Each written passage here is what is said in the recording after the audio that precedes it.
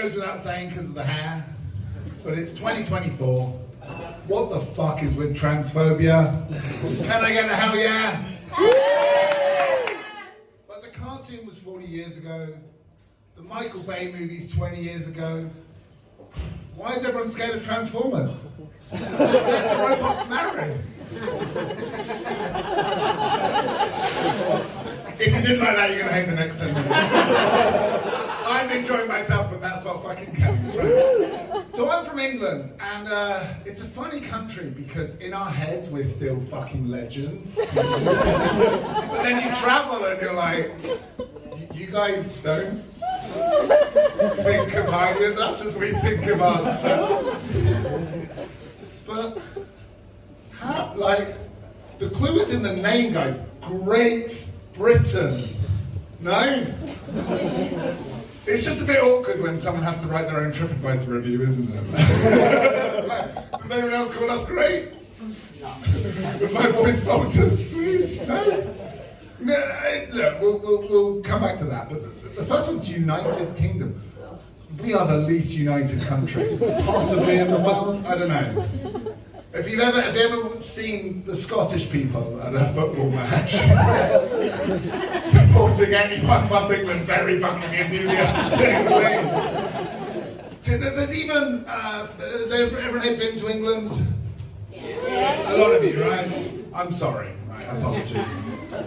We were impressed with it. We assumed you would be as well. So there's even beef between Devon and Cornwall, two minor fucking principalities, right? They argue over where to put the cream on. Oh, you've heard this? Yeah. Some people say you should put cream on a scone first, and the Cornish say you should put it in your nephew's bum.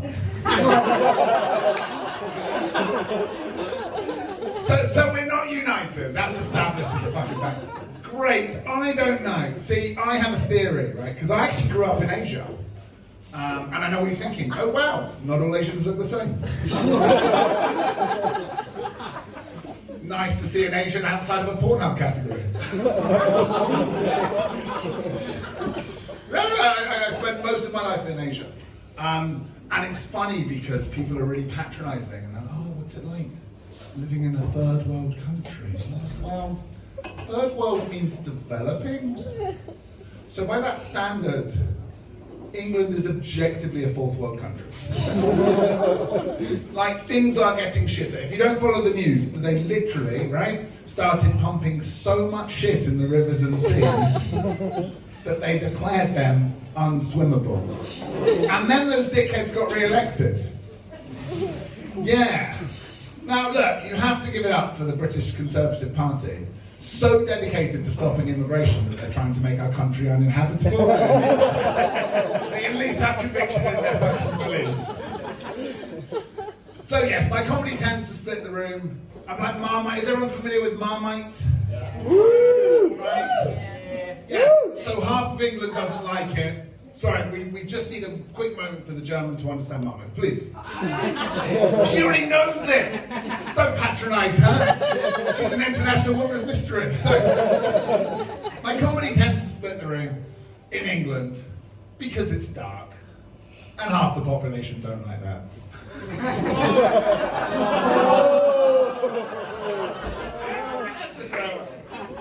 That's a grower. So, for some fucking reason, right?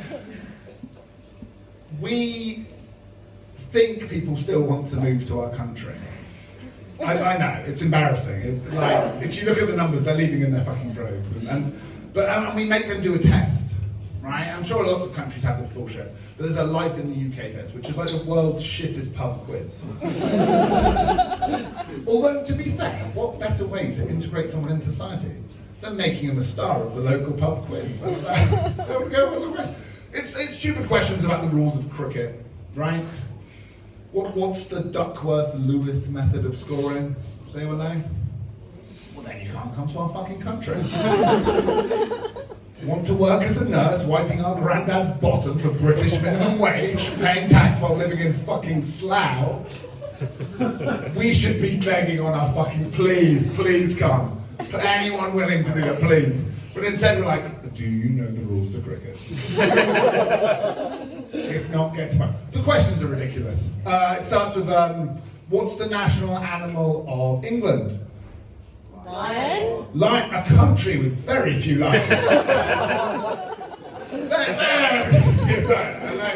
What's the national animal of Scotland? Unicorn. Country with even less unicorns.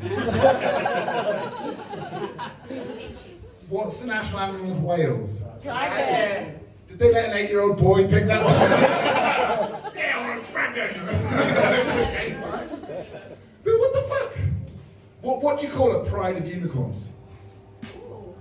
Who the fuck cares? This is not a legitimate way to decide who gets to come to your country. It's a failed system, okay? There are a few questions you should ask if you really want people to understand British culture. Number one, Weatherspoons. Who is familiar with Weatherspoons? Give me a shout. Who is not familiar with Weatherspoons? Weatherspoons. Who here can pronounce Weatherspoons? Weatherspoons, never heard of it? You've never heard of Weatherspoons? Be proud, sir, it's a good thing. Weatherspoons is where you go when you miss your nan's furniture. Weatherspoons is where you go when you can't afford to drink, but you're going to anyway. Weatherspoons is where you go when you're too depressed to microwave your own meals. And in just classic British fashion, the staff come and ask, is everyone satisfied? And just like my wife, we all politely pretend it was fine. So good. So yeah, like, you should know things like Weatherspoons. The other thing, like, in Thailand, they say Thai is a tonal language, right? Asian languages often are. And so, depending on which tone you use, there's different understanding. They say English isn't a tonal language, but I would disagree. Because the difference between, excuse me, and excuse me, and excuse me, is you're going to have to get out of your way, or repeat yourself, or get fucking stabbed. And you can hear all three in Weatherspoons. It's a beautiful place. So, where was I going with this? England, shithole, yeah, fair enough. Oh, so, my wife took this fucking test, right? Bless her. And she just got a British passport, which is why we're here. Woo! And I'd like to just leave you with this thought, really. Since getting this test, what does she want? I mean, literally the interval's after this. But you want to get ahead of the queue, right? No? What do you want? I'll put an order in with the other bar, it's fine. God, I'm getting Weatherspoons flashbacks. So my wife took a life in the UK test and answered all these fucking dumb questions. You know, it's bizarre questions about British sports no one gives a fuck about, right? Like, do you know one of the best British sports is the Paralympics? It is, it's one of our best teams. Not because we invested in the team, but because of our investments in Iraq and Afghanistan. Oh. I didn't send them there. Too soon.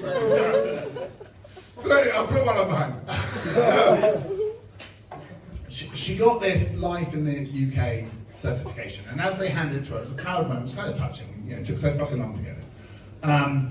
And you know, I just want to ask the crowd, what do you think when we got this certificate? How did we celebrate? Right? Did we A, go to Weatherspoons and enjoy a cheeky pint? B, have a Greggs and then start to fight round the corner on the street? Or C, immediately decide to emigrate to Thailand? C. Thank you very much. Thank you very much.